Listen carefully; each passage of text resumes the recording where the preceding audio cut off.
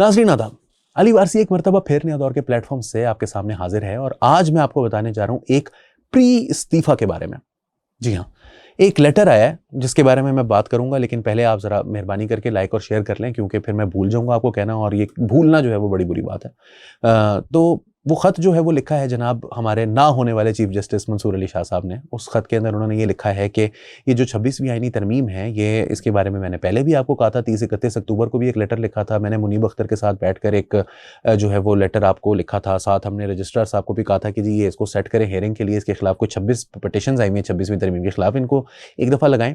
उन्होंने कहा कि सुप्रीम कोर्ट की फुल कोर्ट बिठा दें, और ठीक है कि कॉन्स्टिट्यूशनल बेंच एक मौजूद है, लेकिन कॉन्स्टिट्यूशनल बेंच के तरमीम के अंदर ये कहीं नहीं लिखा कि फुल कोर्ट नहीं बैठ सकती, तो फुल कोर्ट बिठा दें।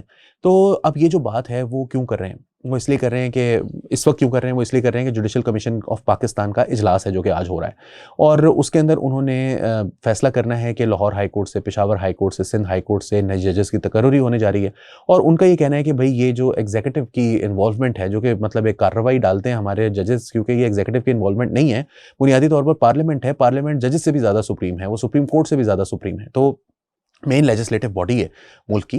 तो पार्लियामेंट और पार्लियामेंटेरियंस जो है और पूरी दुनिया के अंदर उनका एक रोल होता है जजेस की तकर्री के अंदर, चाहे वो फिर आप कुछ भी कह लें उसको। भाई जजेस ने जो तकर्रियाँ की हैं वो कौन से, मतलब वो किस तरह के निकले हैं वो आपके सामने ही है। मतलब चाहे वो काजी फायज़ ईसा अगर आपको बुरे लगते हैं तो वो भी, और मंसूर अली शाह बुरे लगते हैं तो भी, दोनों जजेस के लगाए हुए जजेस हैं। तो पार्लियामेंट जो है वो अगर लगा देगी अपने बंदे, तो आपने भी तो अपने बंदे ही लगाए थे, और अगर आपने इतने मतलब अच्छे तरीके से अपना काम किया होता तो आज आप जो है वो 130वें पता नहीं 31वें नंबर पे होते ही ना, 139 में से। एनीवे जजेस जो हैं वो नए तकर्रियाँ अगर हो जाएंगी हाई कोर्ट्स में, तो फिर बाद में 26वीं आईनी तरमीम जो है अगर उसको हमने स्ट्राइक डाउन कर दिया, जो कि हम खुद मतलब जजेस खुद हम अगर स्ट्राइक डाउन कर दें, तो फिर इन जजेस के लिए भी बड़ा जो है वो एम्बैरेसिंग होगा, हमारे लिए एज एन इंस्टीट्यूशन भी बड़ा एम्बैरेसिंग होगा।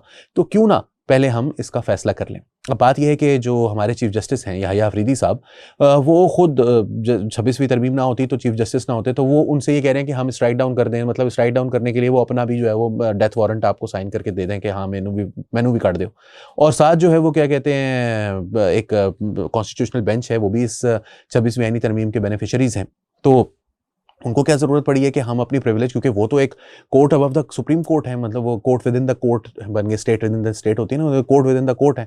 और वो कह रहे हैं कि ये सुप्रीम कोर्ट के चीफ जस्टिस को एक निकाल दे, बाकी सारे जज हमारा कुछ नहीं कर सकते क्योंकि हम सबसे ऊपर हैं। हम ये सारी सुप्रीम कोर्ट के जजेस जो हैं वो, क्योंकि वकील आते हैं वो बेइज्जती कर देते हैं, वो कहते हैं कि मैं जो है ना वो सुप्रीम कोर्ट, मैं आईनी बेंच में जा रहा हूँ, तो वो कहते हैं यार हम गैर आईनी है। वो मुझे याद आता है लतीफ़ा, वो एक बंदा होता है उसका नाम होता है मसरूफ़, तो वो जाता है वापडा के किसी दफ्तर में, तो एक क्लर्क को जाके कहता है कि अस्सलाम वालेकुम मैं मसरूफ़ हूँ, कहना सी थे वेले बैठे हैं। तो ये उनका भी बेचारों को ये ना कि यार हम कोई गैर आईनी बेंच है, मतलब हमारे सामने आप जो है वो प्लीड नहीं करते अपना केस। तो वो जो एम्बैरेसिंग सिचुएशन उनके लिए क्रिएट होती है, उसकी वजह से भी उनको बुरा लग रहा है, फिर वो चीफ जस्टिस नहीं बन सकेंगे। उन्होंने तो क्या क्या ख्वाब सजाए थे, आपको याद होगा।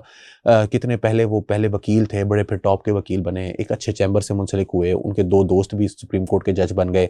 वो खुद जो है वो पहले लाहौर हाई कोर्ट में आए, फिर लाहौर हाई कोर्ट के चीफ जस्टिस बने, उसके बाद वो सुप्रीम कोर्ट में आए, फिर वो all the way up to senior प्योनिक जज वो पहुंच गए, और वहाँ तक उन्होंने बड़े फैसले दिए, मतलब इख्तलाफी नोट भी लिखे, बड़े बड़े बेंचेस में बैठे, और ऐसे फैसले भी दिए जिनसे अर्श हिल गए, और ऐसे फैसले भी दिए जो फर्श पर लेट कर लिखे जाते हैं।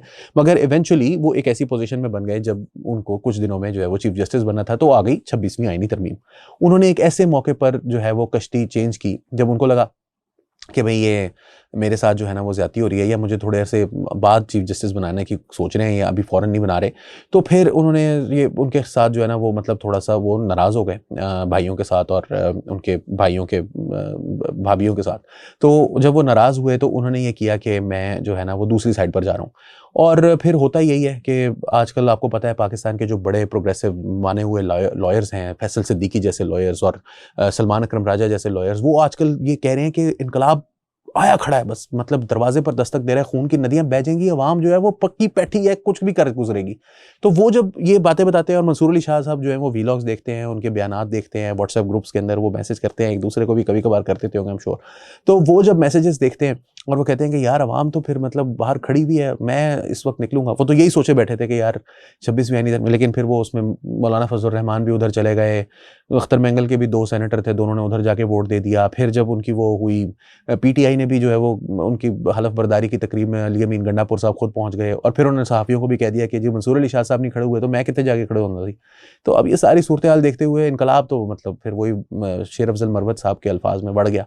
तो जब इनकलाब के साथ ये हो गया तो अब कुछ हालात जो हैं वो इस तरह के सामने आ रहे हैं कि यार अब क्या करें यहाँ बैठ के। लोग गैर आईनी बेंच कह देते हैं यार, मतलब हम कोई मतलब हम आदमी नहीं है हम।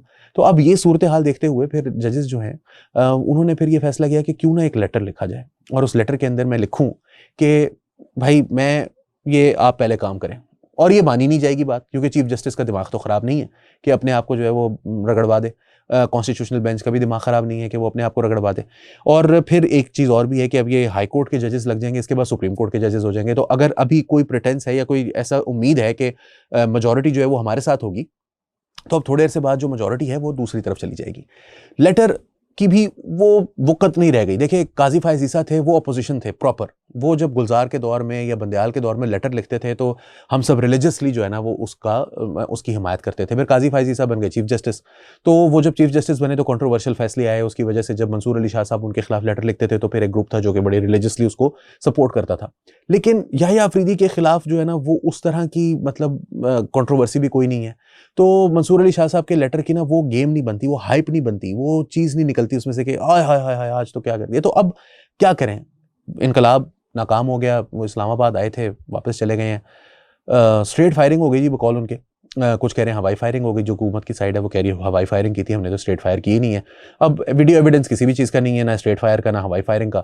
तो उन्होंने कहा कि अब मैं क्या करूं, तो उन्होंने भी एक स्ट्रेट फायर किया। उन्होंने कहा कि मैंने एक लेटर लिखा है और मेरे हिसाब से चूंकि जो मुल्क है वो नज़र आ रहा है कि जो बार्स हैं वो कोई उनके हक में खुलकर उस तरह से सामने नहीं आई, वो कला डिवाइडेड है। पार्लियामेंट दूसरी साइड पर खड़ी हुई है, ऑपोजिशन की भी कुछ जमातें उस तरफ जाकर मिल गई। पीटीआई ने भी उस तरह से जो है वो वावेला नहीं मचाया जिस तरह से वो खान साहब के लिए मचाते हैं। मतलब मंसूर अली शाह साहब उनके लीडर तो नहीं ना बने, और वो तो खान साहब हैं। और जो फौज है वो भी दूसरी तरफ है, और जजेस में भी ज़्यादातर जो हैं वो दूसरी तरफ हैं। और फिर मजीद आ जाएंगे तो बिल्कुल ही दूसरी तरफ हो जाएगी सुप्रीम कोर्ट। तो फिर मैं यहाँ बैठ के करना की है, क्या करना है, सही बात है ना।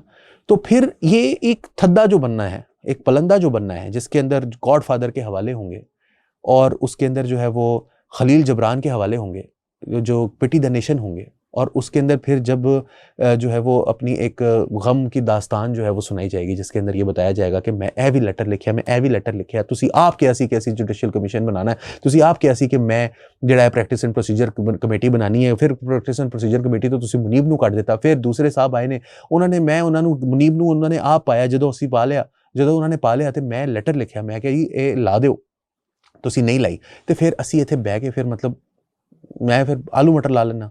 तो उस सूरत हाल में जो एक खूबसूरत सा एक वो आना है ना 16-17 सफ़ों का जो एक इस्तीफ़ा आना है, उसके लिए ग्राउंड्स प्रिपेयर की जा रही हैं। और मैं इसलिए इस ख़त को प्री इस्तीफ़ा मैंने जो है वो नाम दिया है।